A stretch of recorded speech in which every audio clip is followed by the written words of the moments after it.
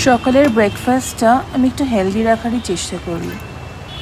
যেমন আজকে বানালাম একটু চিয়া সিডস, ওটস আর সিরিয়ালস আর দুধ দিয়ে কিছু ব্রেকফাস্টের রেসিপি। দুধের মধ্যে অল্প ভিজিয়ে রাখা চিয়া সিডস দিয়ে মিক্স করে নিয়ে মাইক্রোওভেনে দিয়ে আমি 30 সেকেন্ডস থেকে 1 মিনিটের মধ্যে দিয়ে গরম করে নিলাম। দুধটা যেই ওয়ার্ম হয়ে গেল, আমরা বাটিটা বার করে নিয়ে তার মধ্যে একটুখানি ওটস দিয়ে দেবো। পরিমাণ মতো তোমাদের যেমন লাগে, আমি যেমন ছোটো চামচে 2 চামচ করে নিয়েছি। তার সঙ্গে তোমার বাড়িতে যা ফ্রুটস থাকবে, অ্যাপেল থাকলে অ্যাপেল, কলা থাকলে সেটা দিতে পারো। আমার কাছে শুধু একটা কলা ছিল, সেটাকে বেশ বড় কলা, সেটাকে আমরা হাফ করে দুজনের জন্য নিয়ে নিয়েছিলাম। কলা দিয়ে সাইডে সাজিয়ে দিলাম সুন্দর করে, দেখতেও ভালো লাগে।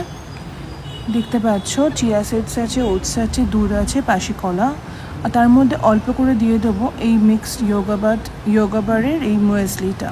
এর মধ্যে 0 সুগার থাকে আর একটু ড্রাই ফ্রুটসও থাকে সঙ্গে।